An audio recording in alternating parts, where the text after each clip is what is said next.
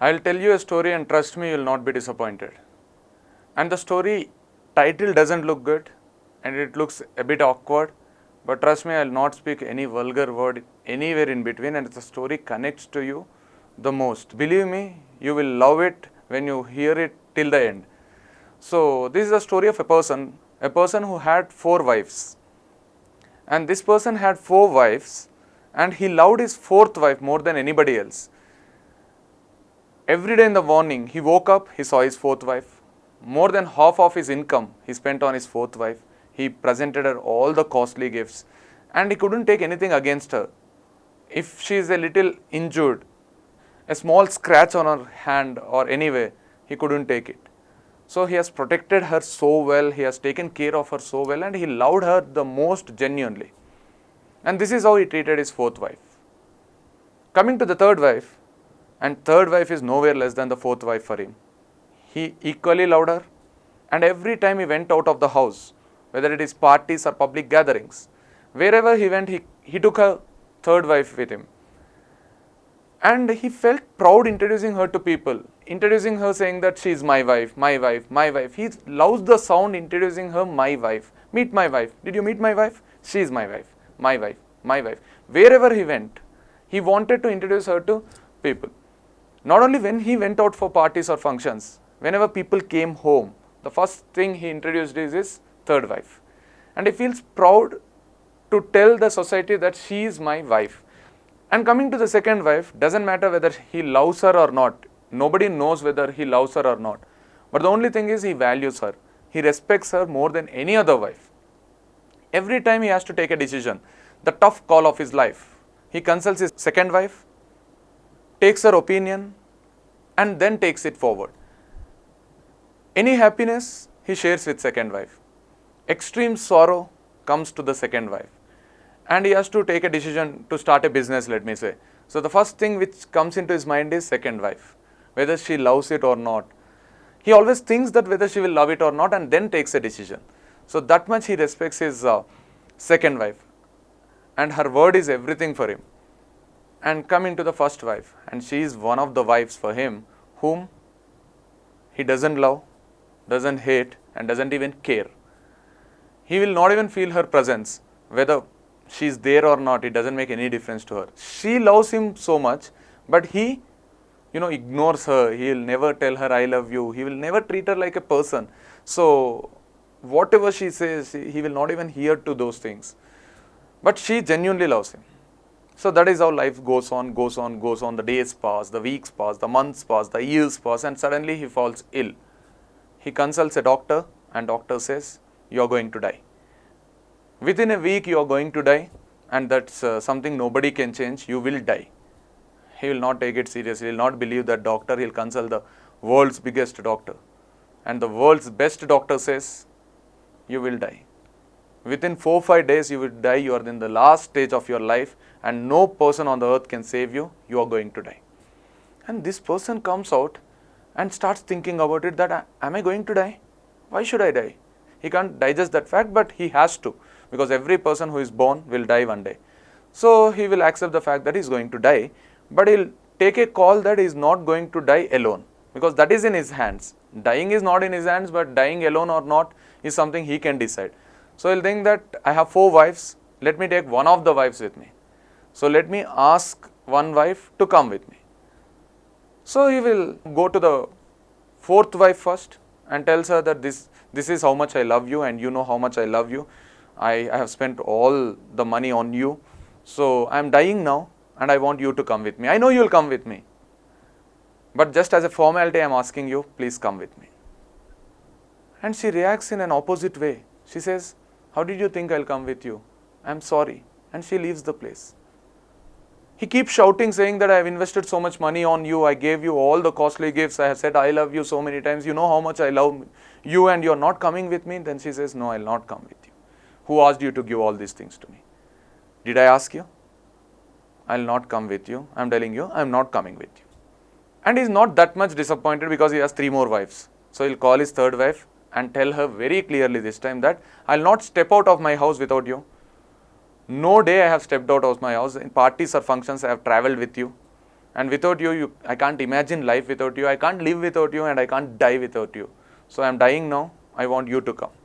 So I know you will come, but I have to tell you so you'll be prepared. In 4-5 days I'll die, and I'll take you with me. So you just be prepared. We'll go together.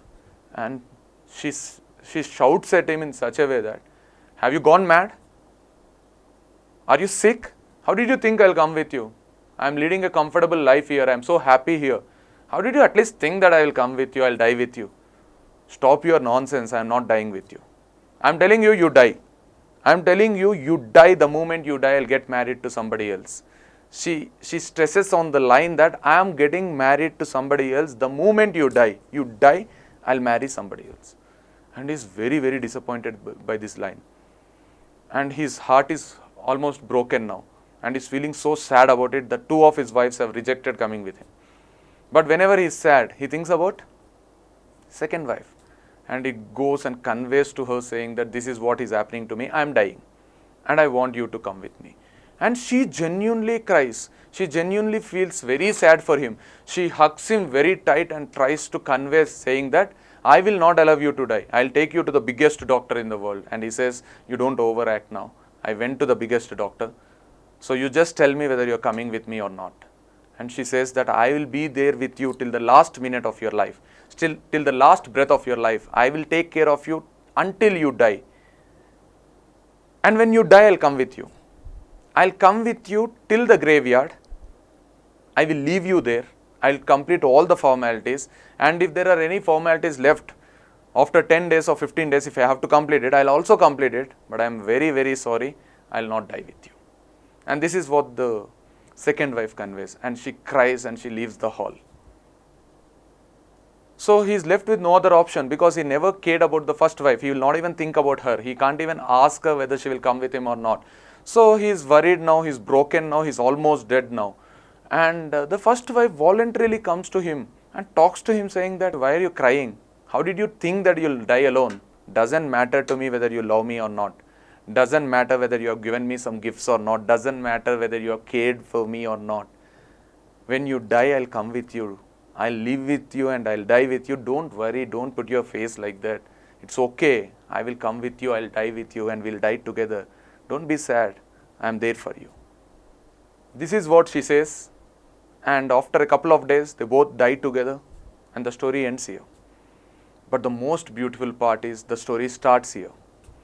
And as I say every time, the author becomes an author where he has to start a story with the end of the story. And this is where the author so beautifully conveys, saying that it doesn't matter whether it is you or me. It doesn't matter whether it is a girl or a boy. It doesn't matter whether it is rich or poor. It could be me. It could be you. It could be any other person in the society. Every person has 4 wives. You will have 4 wives. And I am having 4 wives. And the person sitting beside you is also having 4 wives. And the author says the 4th wife here is our skin, our body. We love it so much that every day in the morning, our day starts looking at the mirror. We see how we are looking. And you don't believe, there are people who invest more than half of their income on their skin. By the time they get aging, like say they get to 40, 50 years of age, they take injections, they take cosmetics, they want to look fresh. And they can't take any scratch on the body. A little pimple, you can't take it. And you want to look beautiful. You want to look fresh. And we care so much about our body. We invest so much of money on that. We every time feel happy that we have a beautiful body. But try to think about it. Will it come with you? Will this body die with you? No. It gets buried here. It gets burnt here. It's not going to travel with you. And that is what the 4th wife said. You die, I'm not coming with you. Absolutely yes. It will not come with you, though you love it so much. And the 3rd wife, this is very serious wife. And the 3rd wife here is your property, the luxuries, the money you have earned here, and everything you have purchased here. And every time you go out of your house, you step out, you go to parties and functions, you don't go alone. You take your property with you. You take your car with you. You take your ornaments with you. And you feel happy introducing that to people, whether they ask you or not. You don't get down off your car where there is no one. You want to step down off your car where people are watching it, because you want to show people that you have a car. And when they see, you feel happy. This is my car. This is how much I have purchased it for. And there are women who don't go to parties without, wearing a jewelry kind of things, because people discuss on that. If they don't have, they don't go, because they want to introduce that to people. And not only when they go out for parties, when people come home, the first thing they introduce is, see my sofa set. It was, 30,000 rupees, and the person didn't give any discount. You want people to know that it is 30,000 rupees, that's it. And you'll introduce the curtains, the infrastructure, and you'll tell them that where your kids are studying and how much is the fee. You'll tell them how much, is the land costs in Hyderabad or Delhi, because you want them to know that you have purchased that. You love to introduce that to people. But remember the line what the third wife said. The third wife said, you die, I'll get married to somebody else the moment you die. And that is what happens. When you die, you don't take even a single penny with you. You'll not take even a single rupee with you. And if you have a ring for your finger, if it is not coming out, they'll cut your finger, but they'll not let it go with you. You have come here with nothing, and you'll go out, you'll die without anything. So that is the process of life. And that's the reason the third wife said, you die, I'll get married to somebody else, because your property belongs, by default, it belongs to somebody else when you die. And that's simple, the third wife is. And coming to the second wife. And this time the second wife is the serious issue here, because the second wife is every person in the society. The society is your second wife. Society in the sense it could be your relatives, your family, your friends, every other individual which is not you is second wife here. And we think about it so much. The moment we take up a decision, we don't take a decision by our own, we feel what does the society think. For my education, I think about a society. If I fail in a subject, I am not afraid, but I am afraid that my friend would laugh at me. I am afraid to get insulted, because the society insults me if I fail. I have to start a business, I think about a society, forget about the bigger things in life, the smaller things. The dress I am wearing today is a society again. I want the society to feel happy with the dress I am wearing. And if I have to get married to a girl, I think a lot about a society. What does the society feel? What do my relatives say? What do my parents say? What do my friends say? Whether they like it or not. So this is how much I think about a society. And you think about a society. But try to understand, the family members, friends also won't come with you when you die. They feel sad. That is how the second wife felt. They feel unhappy with your death. They will be there with you till the last minute of your death, and they'll take you to the graveyard, they'll finish all the formalities, but no person will die with you except you. It's not going to come with you, but we think so much about it. The situation has come, let me tell you, and this situation comes to everyone. We get an imagination that when somebody is not there with us, we feel like dying. We feel like, we can't live without them. We can't live without them. Trust me, you will live without them. You will live without any other person in the society. You feel like dying, you will not die. And don't take a tough call when somebody, leaves you and goes. When somebody dies, when somebody so close to your heart dies. It's okay. That's the process of life. You don't end your life there. You just give yourself some space, some time, and things will be back into control. A week, 10 days, 15 days, 20 days, 1 month, 2 months, 6 months at most. Depends on the relation you share with them. Then the life again moves on. You get to a new phase of life. So you just give yourself some space, because you have come here as an individual, you'll die as an individual. But coming to the first wife is your, I don't think I have to tell you, you will tell me now. The first wife is your soul. And soul is not the property which people show like a light, like a bulb. No, nothing as a soul is you, yourself is the soul. You as an individual is the soul. But unfortunately, we give the least respects to the soul. People say, listen to your heart, and you don't listen. People say, follow your soul, you don't follow. But the soul will always keep telling you, this is right for you, this is wrong, this is something you like, this is not.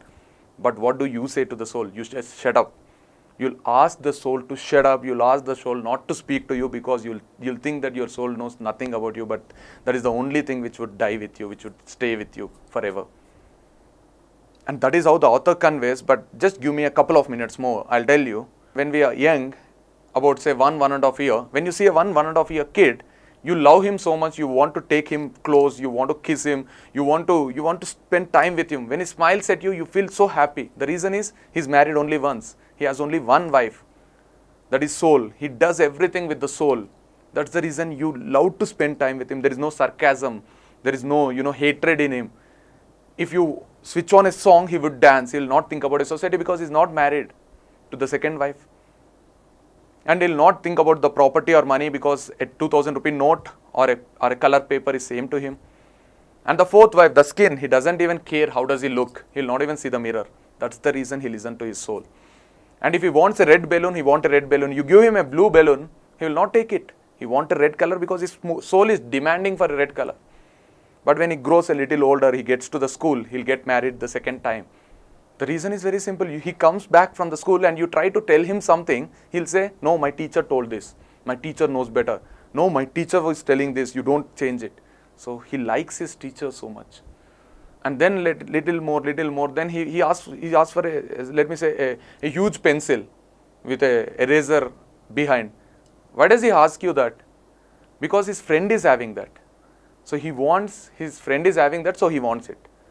His second wife is his friend now. He wants something, and when it is a girl, she demands for the same dress her friend wore for a birthday to his father.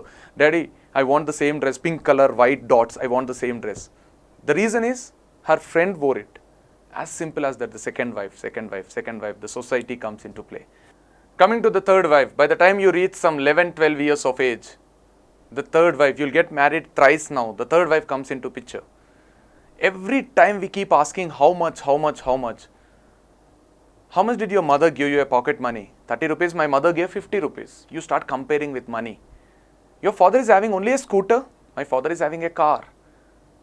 And you insult a person who is wearing rubber bands to the socks because you think that person is not having money and you rate it with money.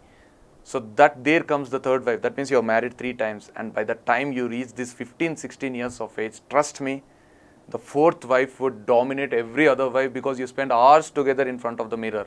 The moment your uniform is gone, you wear the costly dresses, you want to impress people, the other gender, and slowly the beard starts coming out and you try out different hairstyles, and the girls go to beauty parlors because you want your skin to glow, you want to impress the other people, you want to attract the entire society with your skin. And that is how the domination starts with the wives. But the soul which you married first, the first wife, will be there with you throughout, and it will keep on telling you this is correct for you, this is wrong, this is not good, this is perfect. But you ignore. You don't even care what she is speaking to you. You say just shut up. And how long will that shut up?